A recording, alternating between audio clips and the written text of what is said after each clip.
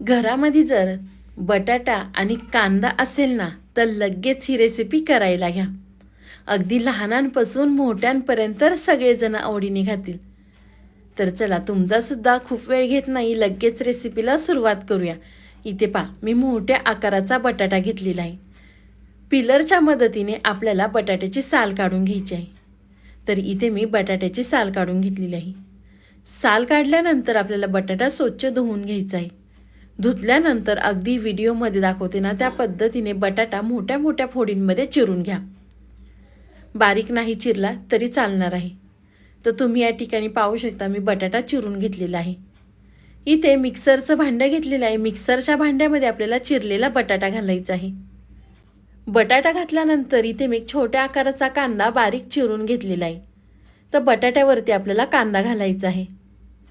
कांदा बटाटा घातल्यानंतर त्यामध्ये आपल्याला 2 मिरच्या घालायच्या आहेत. तर इथे मी कमी तिखटाच्या मिरच्या वापरलेल्या आहेत. मिरच्या तुम्ही तुमच्या आवडीनुसार कमी अधिक करू शकता. मिरच्या घातल्यानंतर इथे मी 5 ते 6 लसूण पाकळ्या घातलेल्या आहेत. त्यानंतर आपल्याला मिक्सरला बारीक वाटून घ्यायचं आहे, अगदी या पद्धतीने. कांदा आणि बटाटा वाटून घेतल्यानंतर इथे मी कप घेतलेला आहे. तर आपल्याला ही वाटलेली पेस्ट कपाने मोजून घ्यायची आहे. तुमच्याकडे मेजरिंग कप नसेल तर तुम्ही कोणत्याही वाटीने मोजून घेऊ शकता. इथे मी कढई घेतलेली आहे. कढईमध्ये आपल्याला मोजलेली कांदा आणि टोमॅटोची पेस्ट घालायची आहे. त्यानंतर आपल्याला मिक्सरच्या भांड्यामध्ये पाणी घेऊन अर्धा कप पाणी यामध्ये घालायचं आहे. पाणी घातल्यानंतर आपल्याला चमच्याने व्यवस्थित मिक्स करून घ्यायचं आहे. मिक्स केल्यानंतर आपल्याला गॅसवर ही कढई ठेवायची आहे. तोपर्यंत तुम्ही माझा व्हिडिओ इथपर्यंत पाहिलाच आहे आणि व्हिडिओ थोडा तरी आवडला असेल ना तर व्हिडिओला एक लाईक नक्कीच करा. साईडचं बेल आयकॉनसुद्धा प्रेस करा, म्हणजे तुम्हाला माझे नवीन नवीन व्हिडिओ पाहायला मिळतील. गॅसवर कढई ठेवल्यानंतर त्यामध्ये आपल्याला चवीनुसार मीठ, 1 चमचा आपल्याला चिली फ्लेक्स घालायचा आहे आणि हे सगळं व्यवस्थित मिक्स करून घ्यायचं आहे. तुम्ही या ठिकाणी पाहू शकता बटाटा थोडासा या ठिकाणी घट्ट झालेला आहे. घट्ट झाल्यानंतर इथे मी बारीक रवा घेतलेला आहे 1 वाटी. तुमच्याकडे जर जाड रवा असेल ना तर मिक्सरला थोडासा फिरवून घ्या. 1 वाटी रवा घातल्यानंतर आपल्याला यामध्ये सगळं व्यवस्थित मिक्स करून घ्यायचं आहे. मिक्स केल्यानंतर त्यामध्ये आपल्याला 2 चमचे गव्हाचं पीठ घालायचं आहे. तुम्ही मैदा वापरला तरी चालणार आहे. गव्हाचं पीठ वापरलं तर अतिउत्तम. तर पीठ घातलं की आपल्याला व्यवस्थित मिक्स करून घ्यायचं आहे. रव्याचा आपल्याला छान असा गोळा तयार करून घ्यायचा आहे. तर तुम्ही या ठिकाणी पाहू शकता रव्याचा छान असा गोळा तयार झालेला आहे. गॅस बंद करायचा आणि त्यावरती आपल्याला 5 मिनिटांसाठी झाकण ठेवायचं आहे, म्हणजे त्याला छान अशी वाफ बसेल. तर 5 मिनिटानंतर आपण झाकण काढून पाहूया. झाकण काढल्यानंतर रव्याचं मिश्रण एका ताटामध्ये काढून घेते. तुम्ही जर मुलांना बाहेरचा खाऊ देत असाल ना तर एकदा ही रेसिपी मुलांना करून खाऊ घातली ना तर मुलं बाहेरचा खाऊ मागणार नाही. घरामध्ये आपल्या छोटी मोठी पार्टी असते, त्यासाठी तुम्ही सुद्धा ही रेसिपी करू शकता. रव्याचं मिश्रण थंड झाल्यानंतर त्यामध्ये आपल्याला भरपूर चिरलेली कोथिंबीर घालायची आहे. कोथिंबीर घातली, आपल्याला हातावर थोडंसं तेल घ्यायचं आहे आणि छान आपल्याला ह्याचा गोळा एकसारखा करून घ्यायचा आहे, अगदी या पद्धतीने. रव्याचा गोळा एकसारखा करून घेतल्यानंतर आपल्याला परत हाताला थोडंसं तेल लावायचं आहे, म्हणजे रव्याचं मिश्रण आपल्या हाताला चिटकणार नाही. तेल लावल्यानंतर आपल्याला छोटे छोटे ह्याचे गोळे तयार करून घ्यायचे आहे. अगदी व्हिडिओमध्ये दाखवते ना त्या पद्धतीने करून घ्या. तुम्ही या ठिकाणी पाहू शकता मी छोटा गोळा घेतलेला आहे. हातावर थोडासा आपल्याला गोल गोल करून घ्यायचा आहे आणि हलक्या हाताने आपल्याला प्रेस करायचा. आणि त्यानंतर आपल्याला इथे मी पेन्सिल घेतलेली आहे. पेन्सिल आपल्याला स्वच्छ धुवून घ्यायची आहे आणि अगदी व्हिडिओमध्ये केलं आहे ना त्या पद्धतीने करून घ्या. तर तुम्ही पाहू शकता किती छान ही रिंग्स तयार झालेली आहे. लहानांपासून मोठ्यांपर्यंत खरंच अगदी आवडीने खातील. आणि त्यामध्ये आपण बटाटा कांदा वापरलेला आहे ना, त्यामुळे ही रेसिपी खायला अगदी छान लागते. तर तुम्हाला इथे मी एक रिंग्स करून दाखवलेली आहे. अशाच पद्धतीने बाकीच्या सुद्धा रिंग्स करून घेते. आपल्या चॅनलवर ना मी अगदी सोप्या सोप्या पद्धतीने रेसिपी अपलोड केलेल्या आहेत. तुम्ही ते व्हिडिओ पाहिले नसतील ना तर प्लीज एकदा नक्कीच जाऊन पहा. मुलांच्या नाश्त्यासाठी टिफिनसाठी अगदी झटपट रेसिपी मी तुम्हाला दाखवलेल्या आहेत. मी आशा करते की तुम्हाला ते सुद्धा व्हिडिओ नक्कीच आवडतील. तर तुम्ही या ठिकाणी पाहू शकता मी तुम्हाला दुसरीसुद्धा रिंग्स करून दाखवलेली आहे. अशाच पद्धतीने बाकीच्या रिंग्ससुद्धा करून घेते. इथे मी बटाटा आणि कांदा वापरलेला आहे. तुम्ही या ठिकाणी दुधी भोपळा किंवा तुमच्या मुले जे भाज्या खात नसतील ना त्याचा वापर तुम्ही या ठिकाणी करू शकता. मुलांना समजणार सुद्धा नाही की नक्की आपण काय खातोय ते. तुम्ही या ठिकाणी पाहू शकता किती छान ह्या रिंग्स तयार झालेल्या आहेत. रिंग्स तयार करत असताना एका साईडला इथे मी तेल गरम करून घेतलेलं आहे. तेल गरम झाले की गॅस आपल्याला मीडियम करायचा आहे. त्यानंतर आपण ज्या तयार केलेल्या रिंग्स तेलामध्ये सोडायच्या आहेत. तेलामध्ये रिंग सोडताना काळजी घ्यायची नाही तर हातावर तेल उडेल. तर इथे मी तेलामध्ये रिंग सोडलेल्या आहेत. लगेच आपल्याला झाऱ्या लावायचं नाही, थोड्याशा वरती आल्या की त्यानंतर आपल्याला झाऱ्या लावायचं आहे. तर तुम्ही पाहू शकता अगदी दिसायला सुद्धा किती छान दिसतं ते. एका साईडनी तळल्यानंतर पलटी करून आपण दुसऱ्या साईडनी सुद्धा छान ह्या खरपूस रिंग्स तळून घेऊया. तुम्ही जर मुलांना खरंच एकदा खाऊ घातली ना तर मुले तुमच्याकडे हट्टच करतील की आपल्याला ह्या रिंग्स बनव म्हणून. पहा तुम्ही दिसायला सुद्धा किती छान दिसतं ते. आपण मुलांना बाहेरचा खाऊ देण्यापेक्षा ना या पद्धतीने मुलांना खाऊ घाला. मुलं अगदी आवडीने खातील. रिंग्स तळल्यानंतर एका प्लेटमध्ये काढून घेते. अशाच पद्धतीने आपण बाकीच्या सुद्धा रिंग्स तेलामध्ये तळून घेऊया. तुम्हाला ह्या रिंग्स मुलांच्या टिफिनसाठी जर द्यायच्या असतील ना तर तुम्ही अगोदरच ही तयारी करून ठेवू शकता. ह्या रिंग्स तयार केल्यानंतर आपल्याला हवाबंद डब्यामध्ये ठेवायच्या. तळायच्या आधी 10 मिनिटं बाहेर काढायच्या आणि त्यानंतर आपल्याला तेलामध्ये तळायच्या. अगदी झटपट मुलांचा टिफिन तयार होईल. नेहमीच आपण नाश्त्यासाठी पोहे आणि उपमा करतो. एकदा या पद्धतीने रिंग्स करून पहा. खूप जास्त वेळसुद्धा लागत नाही, अगदी झटपट हा नाश्ता तयार होतो. तर दुसऱ्यासुद्धा रिंग्स या ठिकाणी मी तळून घेतलेल्या आहे. मस्त आपल्या हा बटाटा कांदा रव्याच्या रिंग्स तयार झालेल्या आहेत. पहा दिसायला सुद्धा किती छान दिसतात ते.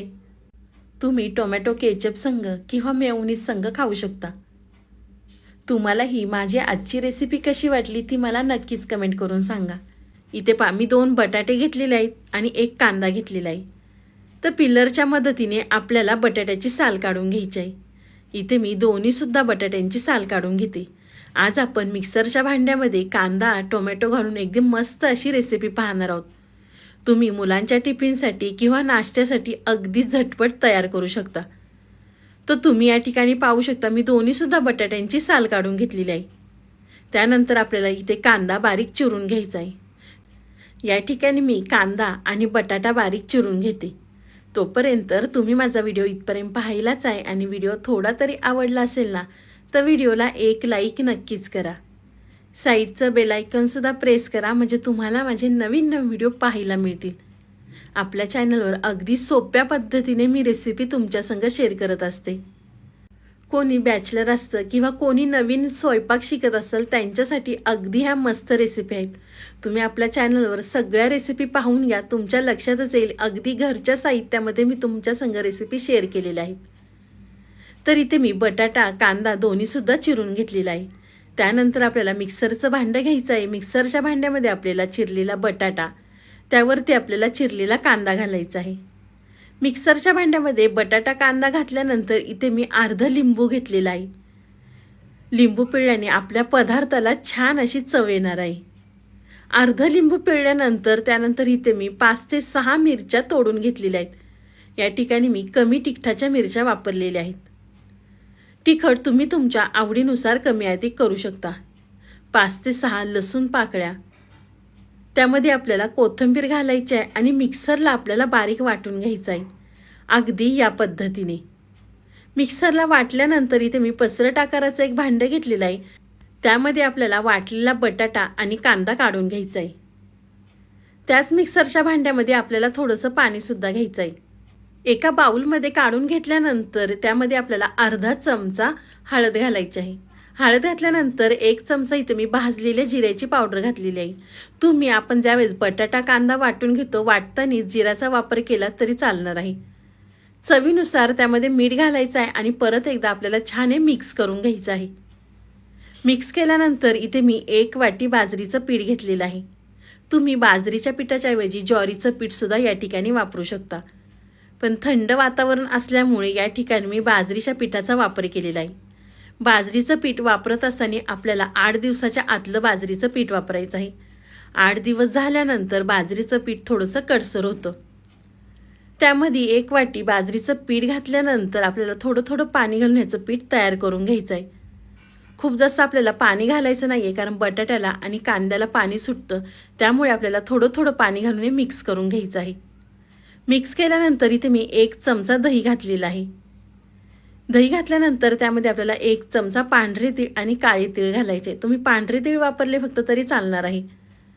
दही आणि तीळ घातल्यानंतर परत एकदा या ठिकाणी मी मिक्स करून घेते. तर थोडंसं घट्ट पीठ वाटतंय, तर आपण परत यामध्ये थोडंसं पाणी घालणार आहोत. तुम्ही मुलांच्या टिफिनसाठी किंवा मुलांना नाश्त्यासाठी अगदी झटपट तयार करू शकता. आपण मिक्सरला कांदा बटाटा वाटून घेतलेला आहे. तुम्ही कोबी किंवा गाजरसुद्धा वाटून घेऊ शकता. मुलं जर कोणत्या भाज्या खात नसतील ना, तुम्ही त्यांना अशा पद्धतीने खाऊ घाला. तुमच्या मुलांना जी भाजी आवडत नाही ती मिक्सरला बारीक करून अशा पद्धतीने त्यांना खाऊ घालायची.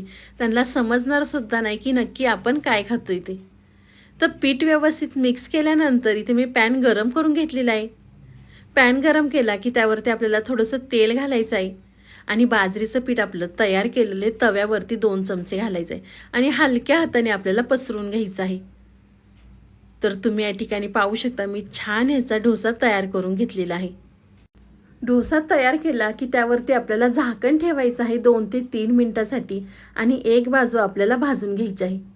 तुम्ही तेलाचा किंवा तुपाचा वापर करू शकता. या ठिकाणी मी तेल वापरलेलं आहे. परत वरती थोडंसं तेल घातलं की आपल्याला झाकण ठेवायचं आहे आणि एक बाजू 2 ते 3 मिनिटं आपल्याला बारीक गॅसवर भाजून घ्यायची आहे. तर एक बाजू भाजल्यानंतर झाकण काढून पाहूया. तर आपल्याला पलटी करून दुसऱ्या साईडने सुद्धा छान भाजून घ्यायचं आहे. तुम्ही पाहू शकता, करायला सुद्धा अगदी सोप्या पद्धतीने आहेत. खूप जास्त वेळसुद्धा लागत नाही. मुलांच्या सकाळच्या घाई गडबडीमध्ये तुम्ही त्यांना अगदी झटपट बनवून देऊ शकता. तर पलटी केल्यानंतर आपण दुसरी साईडसुद्धा छान अगदी भाजून घेणार आहोत. तर तुम्ही या ठिकाणी पाहू शकता, मी दुसऱ्या साईडने सुद्धा भाजून घेतलेलं आहे. तर तेलसुद्धा ह्या रेसिपीसाठी कमी लागतं. अगदी कमी तेलात तयार होते.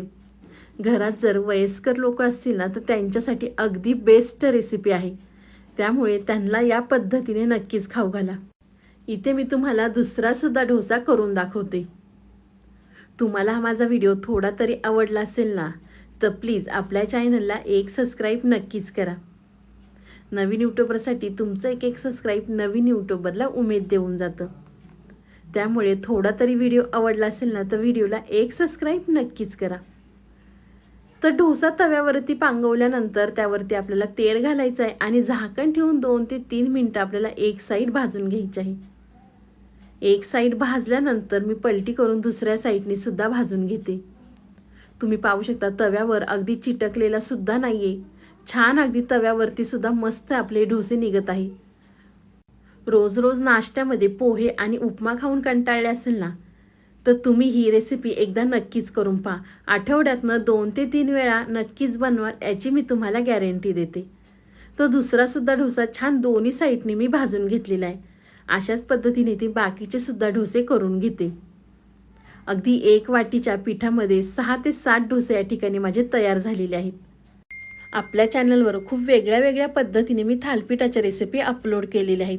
तुम्ही ते व्हिडिओ पाहिले नसतील ना, तर एकदा नक्कीच जाऊन पहा. तिसरासुद्धा डोसा मी तव्यावरती पसरून घेतल्यानंतर आपल्याला थोडंसं तेल ठेवून झाकण ठेवून दोन्ही साईडनी भाजून घ्यायचं आहे. तर तुम्ही या ठिकाणी पाहू शकता, मस्त आपले डोसे तयार झालेले आहेत. कुणाला समजणार सुद्धा नाही की आपण बाजरीच्या पिठापासून डोसे तयार केलेले आहेत. तुम्ही टोमॅटो केचप संग किंवा दह्यासोबत सुद्धा खाऊ शकता. मऊ लुसलुशीत आपले हे बाजरीचे डोसे तयार झालेले आहेत. तुम्हाला ही माझी आजची रेसिपी कशी वाटली ती मला नक्की कमेंट करून कळवा. व्हिडिओ आवडला तर व्हिडिओला लाईक, कमेंट, सबस्क्राईब करायला विसरू नका. तुम्ही माझा व्हिडिओ कोणत्या शहरातनं पाहता ते सुद्धा मला कमेंट करून नक्कीच कळवा. तर चला, तुम्ही माझा संपूर्ण व्हिडिओ पाहिल्याबद्दल थँक्यू सो मच. तुम्हाला माझा व्हिडिओ खूपच आवडला असेल ना, तर व्हिडिओला शेअर करायला सुद्धा विसरू नका. तर चला, पुन्हा भेटूया असाच एक छानसा व्हिडिओ घेऊन. तोपर्यंत मस्त खा, स्वस्त राहा. बाय.